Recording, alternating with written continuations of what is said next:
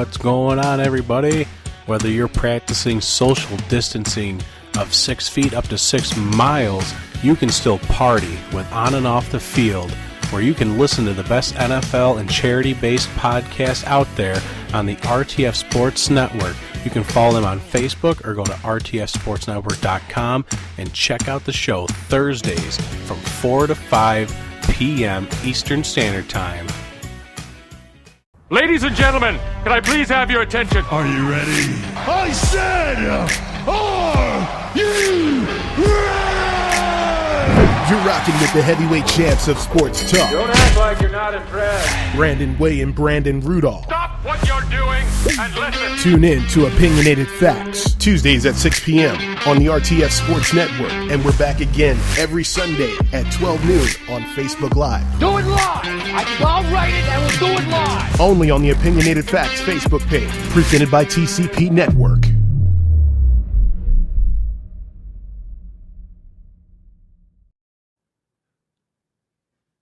Good morning, everybody, and welcome to RTFSportsNetwork.com here on the 8 o'clock hour. Coming at you right now, you have Cole Johnson and On the Daily. Enjoy. The Last Dance reminds us of lasting impressions. Cole Sports presents On the Daily.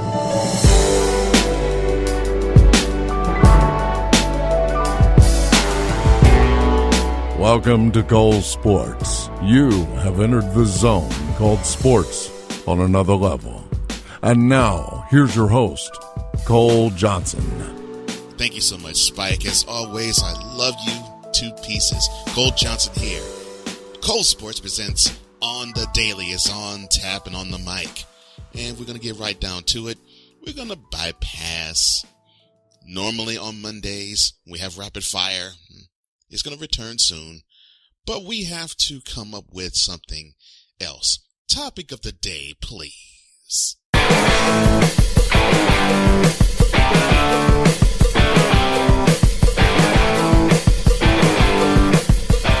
So, of course, the big-time news, NBA-wise, is sort of twofold. This Saturday should have started, this past Saturday, should have started the 2020 or 2020 playoff season. We should have already seen all the first round games played, all 8 of them played, all of game 1 of the first round played by now. Normally you have 4 on Saturday and 4 on Sunday. You didn't see that. Why? Well, of course, because of COVID-19. So in an effort to, well, I guess at least maybe circumvent that, ESPN, which I believe they did do this, partnered with the NBA, and they decided, well, let's air this documentary that we've had and we've hyped for over a year now about the 1998 Bulls. You know, we were going to air it after the NBA playoffs, so it was going to be probably in the second half of June, and it was going to last all the way until Labor Day. Why don't we bump that up and actually condense it as well? Instead of having it 1 hour episodes every Sunday for 10 weeks, why don't we have 2 episodes every week for the next 5? It would still give people somewhat of a playoff fervor and taste and fever. So all of that is good. And the series thus far is good. That's not the issue I have, and that's not the problem. The problem I'm having is I'm sensing that since we're done with the playoffs, we do have the last hurrah called The Last Dance, the remembrance of the last great dynasty. Yes, I know, Warriors fan, I'm sorry. It is not as glorious. Your run is not as glorious as the Bulls' run. 6 championships in 8 years. And there was another dynasty after it in the 2000s Lakers. But it wasn't quite as glorious as the Bulls, and neither has your run been. No slight, that's just truth and fact.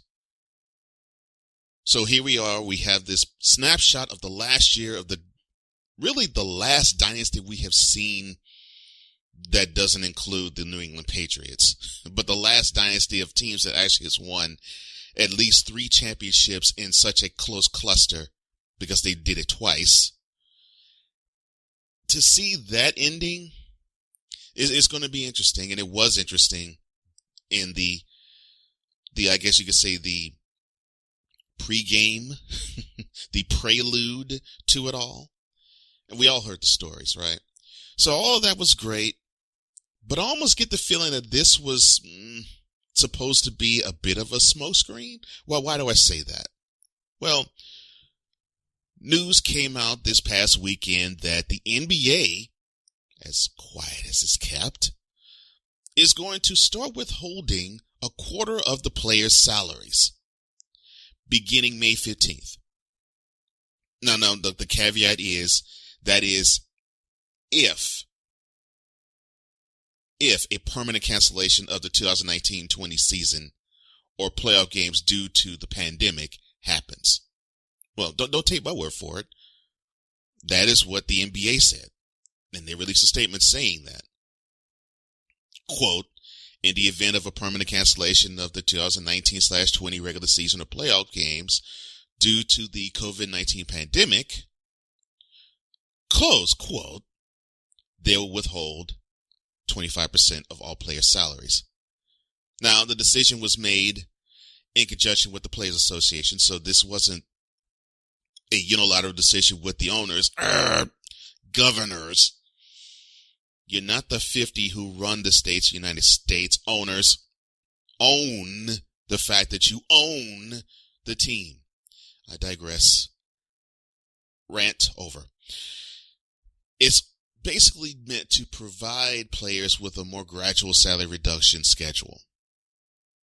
Like a partial reduction, 25% will begin with the players' twice a month payment due on that date. Now, of course, as we know, the NBA suspended all of their season thus far 5 weeks ago. And people know the date, March 11th, because that was the night that many people say that Rudy Gobert, the center of the Jazz, basically ended the NBA season.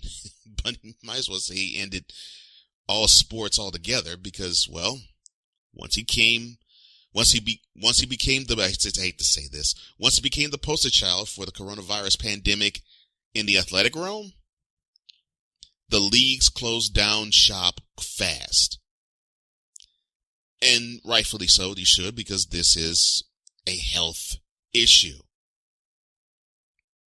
And as we know, many players have tested positive for the coronavirus pandemic, and not just in basketball. And not just players, because, well, the owner, governor of the Knicks, James Dolan, also tested positive for the coronavirus pandemic. And people have slick tongues, because I've heard a lot of slander thrown in his direction because he has, well, made a mess of things with Madison Square Garden and all matters Madison Square Garden, which includes the Knicks. Some actually saying that he should have AIDS. Again, rant over. Idiots. So, like I said, the decision that the NBA made to just simply say, well, we're going to suspend the season, it basically was a domino effect that started with them. Because the NCAA canceled their March Madness tournament, which outside of the bowl season in early January, you could probably say the last 2 weeks of December too, but definitely the bowl season early January. The entity probably earns the most money around then. So they shut off their tournament, both the men's and women's. Of course, the NHL shut off their season. College spring sports went, and the Major League Baseball decided to push back their season. Same thing with the golf tournaments. And the NFL, even though they went on as business as usual with their free agency season, which normally takes place in the middle of March, they had to tweak their upcoming draft, which, of course, that's going to take place Thursday. It was supposed to be this wonderful Ocean's 11 feel out in Las Vegas, where draft choices would be brought from where they were standing or sitting via boat, because there would be a moat basically in between the stage where Roger Goodell, the commissioner of the NFL, was going to announce the draft picks and where the draftees would be sitting. Well, that picturesque, beautiful setting now will exist somewhere else. I'll talk about that later in this episode. But, at first when I looked at this story, I thought, well, this is not the greatest thing to hear. Players are not going to have as much money at their disposal. But then again, if it's in partnership with the players, which this more or less basically strikes me as a withholding rather than a furlough. And a furlough is basically saying, we have to cut costs so hard that you all can't work a certain time period. That's currently happening with me. So, this isn't a furlough. This is basically what can you say? Like a savings plan, I guess. I think that's the best way you could put it. But once again, this is why I say the NBA probably has the most, I'm trying to find the right word. They probably have the most envied relationship between governorship, ownership, and players that any of the major sports leagues would like to have. It's the best one. It's the most cohesive relationship between union and ownership. Makes it baseball, well, the players basically rule. I hate to say it this way. They basically rule the league. That's why you have the exorbitant salaries, because the labor union is the most powerful in all of professional sports. The NHL is a wreck that's trying to dig itself out of its hole, and they've done a good job thus far, but it's been mighty tough sledding for them. And then you have the NFL, who, well, you have the weakest labor union matched with the strongest power brokers in all of professional sports in the same league. Not a great look. But this here, a partnership again between the ownership and the players in a professional league, is a wonderful thing. And it should tell us all that owners and players can work together and they can come to a decision that is beneficial for all parties involved. It is simple. Air your grievances, be respectful, and then walk away from the table better than you were before. A lot of us can learn from how the NBA conducts their business. And once again, kudos to Adam Silver once again. And that's your topic of the day.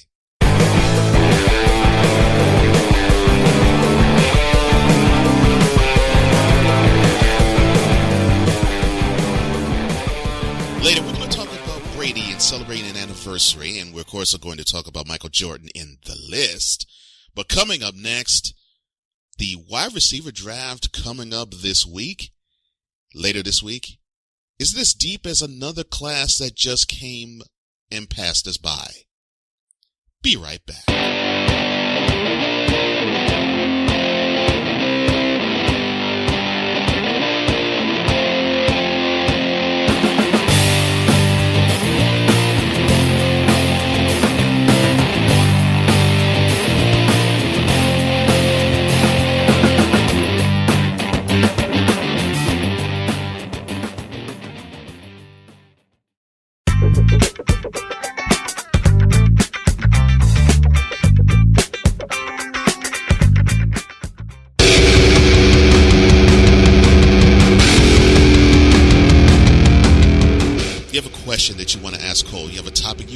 discuss, or you have a topic you want to say from your own lips, well, the VIP hotline is waiting for you. Come on. Pick up that phone and dial that number. Area code 615-988-5196. That's 615-988-5196. Come on. Cole wants to hear from you, so do we in the Cole Sports family. What is it that you want to say? What is it you want Cole to say? Or what question you may have for Cole? The VIP hotline is waiting for you 24/7, 365. I'm sorry, this is 366 at area code 615-988-5196. That's 615-988-5196.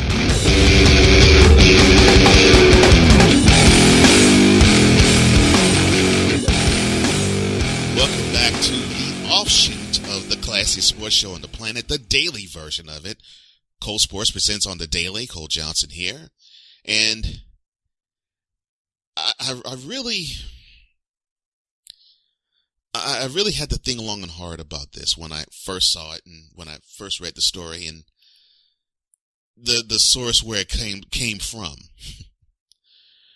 All right, so people have been hyping up the wide receiver draft portion of this year's draft in the NFL since, I would say, probably almost a day after the Super Bowl ended. And look, Texas fan here, anything would make me happy. If this is a deep wide receiver class, fine, bring it on, because we probably could get a good 3-4 years use out of him. And if he could produce, the current general manager, who happens to be the coach of the team, will trade him for peanuts and pennies on the dollar. And rant once again. So this is supposed to be a deep wide receiver draft. And it has been forwarded, seconded, and co-signed by the current Jaguars general manager, Dave Caldwell. Now, why do I side-eye this gentleman? Not necessarily because the Jaguars are a rival to the Texans. I'm not really side-eyeing him for that. I'm side-eyeing him because, well, either he or his unit did a great job in drafting and signing free agents to build that defense. They had some decent offensive weapons as well. Hurts and Robinson come to mind. Of course, they have one now in Fournette in the backfield. But they trusted their offensive weaponry to Blake Bortles. Now, look, I can talk ill about him, but he did do something that, unfortunately, right now, my current quarterback of the Texans, Deshaun Watson, hasn't done yet, which is lead his team to a conference championship. The same goes for Ryan Tannehill, the current quarterback for the Titans. And I really can't say anything horrible about that, except the year after, Bortles just fell off a cliff. And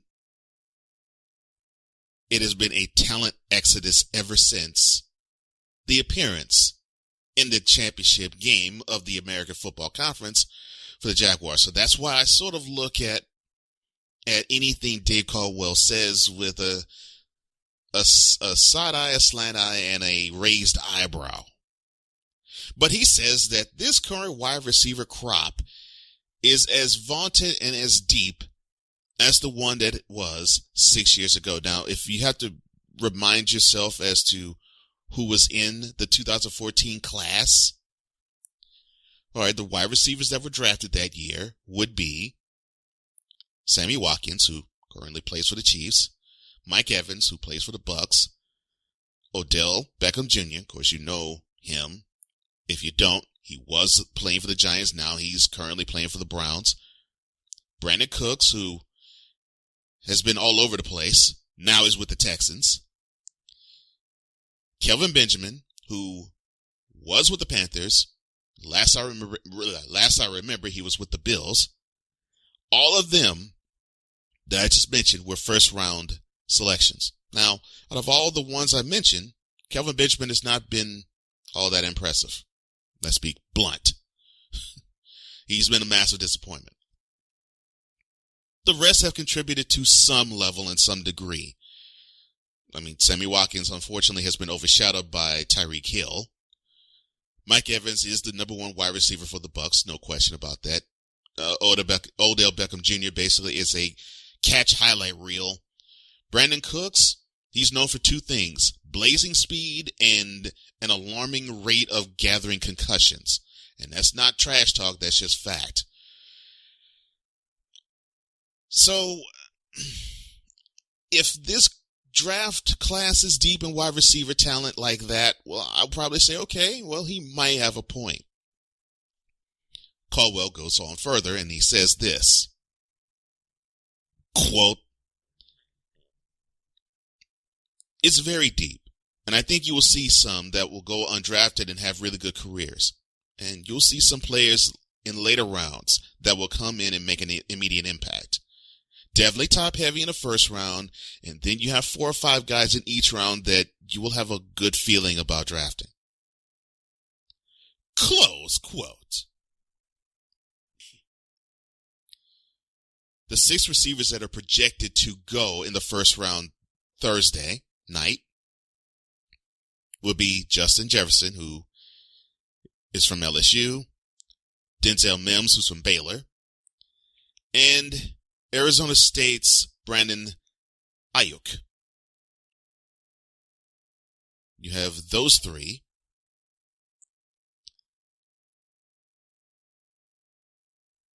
Amongst others. So, do I really think that this draft is going to be deep with wide receiver talent that's going to actually produce? Well, the only way you'll know this is if you give them 3 years to actually do something of note. The only reason why we know about these wide receivers that he can put on a name and say, okay, this class was brilliant, is because, well, those guys have had, 6 years of tape on them? So, I mean, it just stands to reason that you have to gauge your time and bide your time in thinking that this is actually a good class. Now, I'll say this. I saw a whole ton of LSU games. I live in SEC country, so I had no choice. Justin Jefferson was the man. He was the man. He was the man. I just, I don't know. And then of course you have, Oklahoma's CeeDee Lamb and Alabama's Judy. So, there's some good studs that I saw in college that can contribute, I believe, on Sunday afternoon.